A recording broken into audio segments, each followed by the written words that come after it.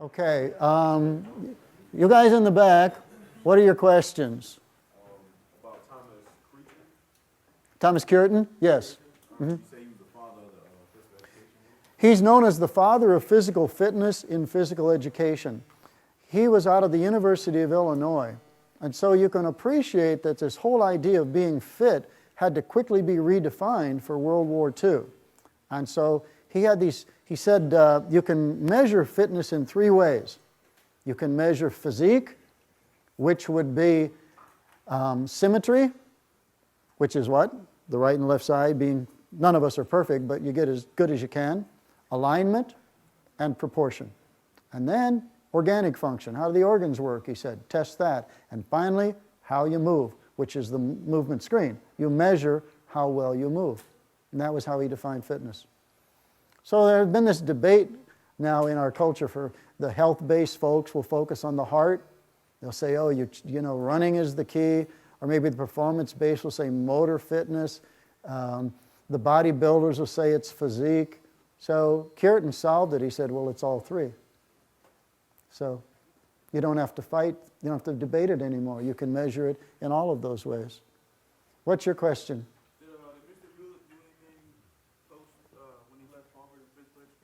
Say again, Hewlett? Yes. A. Molyneux Hewlett died early. He died, I believe, in 1862. We don't know much about him. He's a kind of a mysterious figure. The question I've had is, how did he know all that stuff? The clubs didn't officially get here until the 1860s. How did he know how to use those things? And how did he get to Harvard in 1858? Great questions, and that would be a really good place to look. Now, there's another fellow you need to know, and his name is E.B. Henderson. Now, E.B. Henderson, I had a friend by the name of Leon Johnson, and Leon was in a graduate course with me, and one day I said, hey, Leon, what'd you like about my history? What was wrong with my history class tonight? And Leon said, well, you know, I wasn't in it. I said, you're right, you weren't. Will you help me? I don't know where to look. Let's go looking.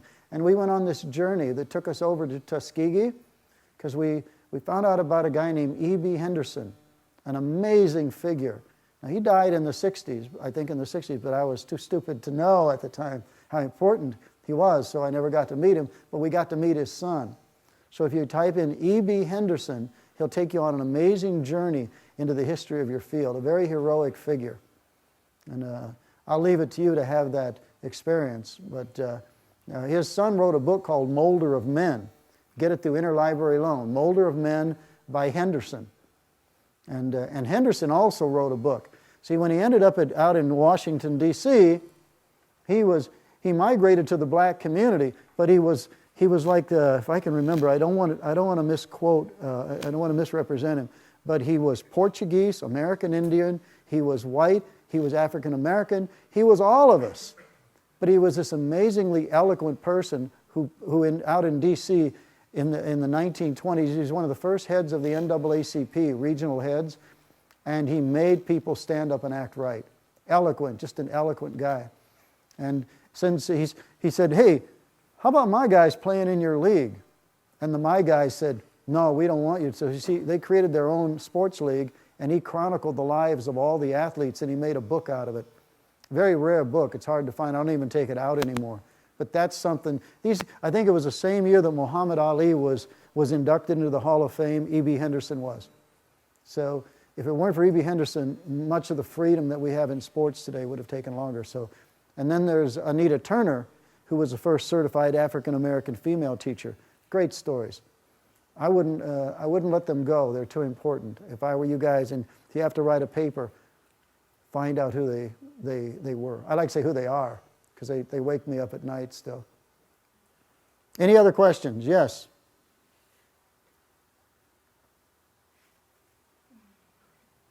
Pick one of your friends.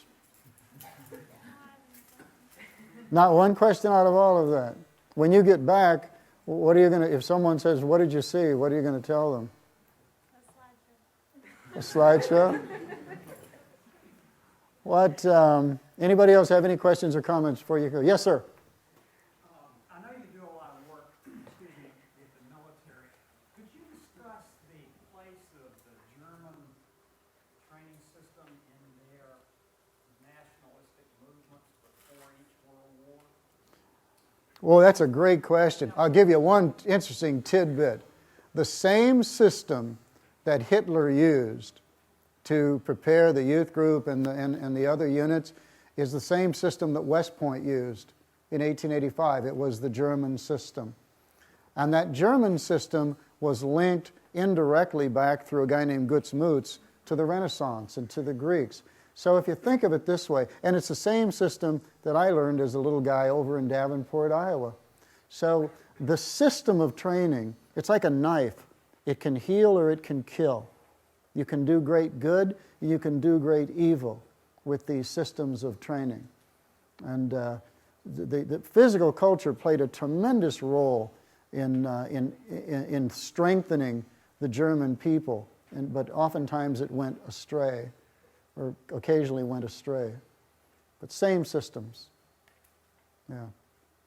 And still re-emerging today. Many of these ideas are re-emerging today. Anything else? How about from over here? What were you thinking as this went by? Interesting. How many found it fairly interesting? Anybody? That's good. Yeah. Well, you guys probably have things to do, right? Hmm? Good question. I teach in a health and physical education department in a North Carolina-based community college. Completely different than a private setting. Completely apathetic, put it that way. Obesity has increased since 1985, some 25%. If you look demographically across the United States, not trying to be pessimistic, but it looks as though there's a point of no return. We're pumping up. Yeah, we are. So, given this amazing historical perspective, from now forward, given 10, 20 years, what's the prognosis? If you didn't hear it in the back, he's talking about the current physical devolution, the current devolution that we're suffering in our country. And if we can look at history as a guide, where does that leave us? I think it should sober you guys up a little bit. I don't have much sympathy for you. When I was a kid, we were crawling under our desks to get ready for nuclear war, as if that was going to help. So it's been nasty. It's a tenuous world. But I would say to you that it is grim, but you are all a different group. You are survivors in a way.